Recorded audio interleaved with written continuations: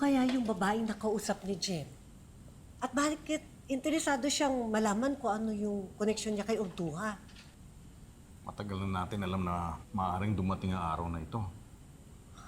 Eh, paano pag nalaman ni Jem na ampun natin siya? May ano ngayon? Wala namang masama kung inampun natin siya. Saka wala namang ibang pamilyang kukuha sa kanya dahil patay ng birth mother niya at father niya. Pero may threat pa rin sa buhay niya. Erning, natatakot ako para kay Jem. Ayan ka na naman.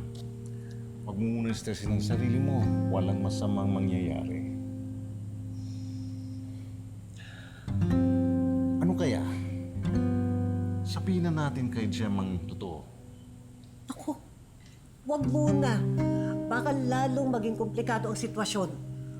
Eh, lalo na ngayon na gusto niya malaman kung anong koneksyon niya kay Urduha.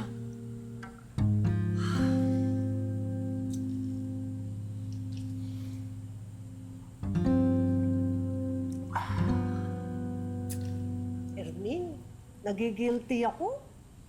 Ako na lang lagi kontrabida sa buhay niya. Naintindihan naman siguro ni Jem na wala kang masamang intensyon sa pagtutulog mo sa pagpupulis niya. At kahit anong paggalit ang gawin ko sa kanya, Diyos ko, hindi siya sumusuko. Pero alam mo, tama din naman na Jem ang pangalan niya. Diba? Parang brilyante. Hindi basta-basta nawawasak o nagigiba. At matigas. Matigas ang ulo. Matigas ang loob. Matigas ang paninindigan. Manang-mana sa mga nanay niya. Erwin, sana hindi sumama ang loob ni Jem na naglihim tayo sa kanya. Kasi, paano kung iwan niya tayo? Erning, baka hindi ko kayanin.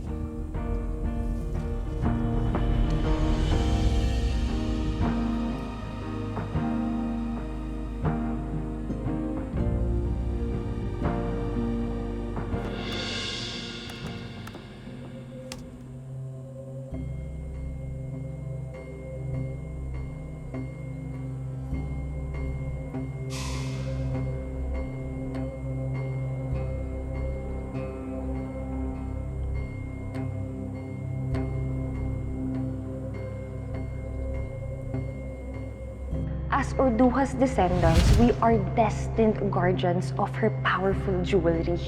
Kaya kapag napunta yung mga hiya sa mga masasamang tao, we must prepare for the worst.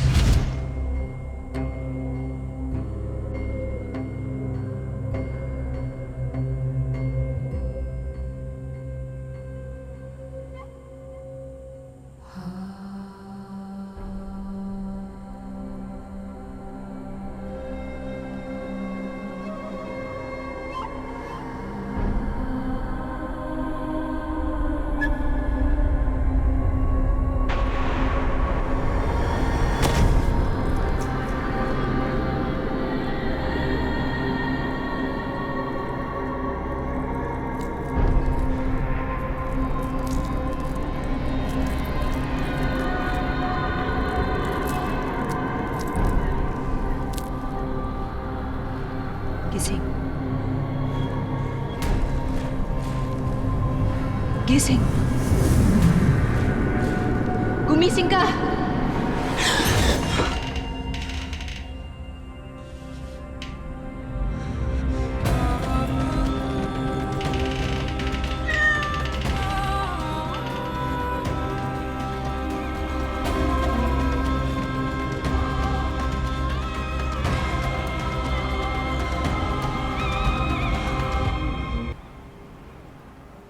Sure ka, makakatulog ka tonight knowing na narinig mo yung budyong na yun at nakita mo yung mga jewelry na umiilaw-ilaw? Gising. Gising. Gumising ka!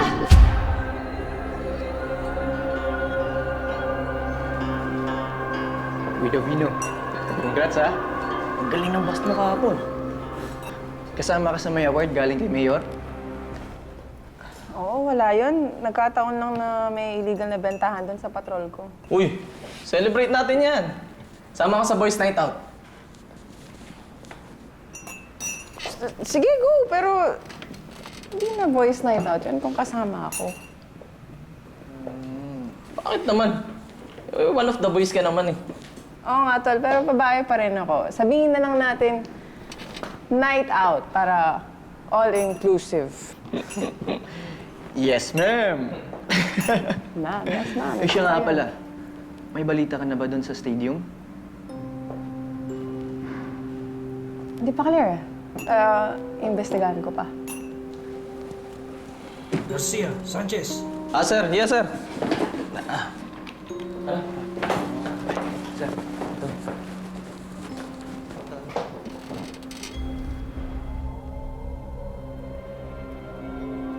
Panyera! Ano na naman yan? Yung palang nangyaring shootout doon sa stadium. Yes. Meron palang eyewitness doon na hindi na pinangalanan sa police report ang nagsabing puro pre-colonial artifacts daw. Yung mga nahukay. Tama, oo nga, Panyero. Mga dating pag-aari daw ng legendary warrior queen, Urduha. Ang tanong nito, Panyera, totoo ba yung sinasabi ng eyewitness? Yan Di ang ba? iniisip nating lahat. Oh, ano sa palagay mo? Pero alam mo, interesting yan kasi history buff ako eh. Tama, di ba? Ano bakit kaya hindi pinangalanan, no? Yun lang. Tinatago nila yung eyewitness. Mapapaisip ka rin talaga, no? Di ba?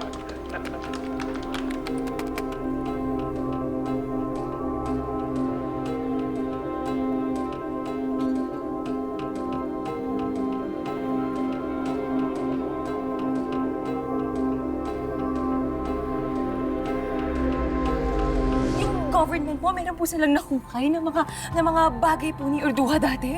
So gusto mo umaten? Ma'am, parang tinanong niyo po ako kung marunong ba ako huminga. Of course! Yes! Merong isang assignment na I'm sure na hindi nyo type. Kailangan lang ng additional police patrol sa unveiling ng mga pre-colonial artifacts na pagmamayari ng legendary Queen Urduha.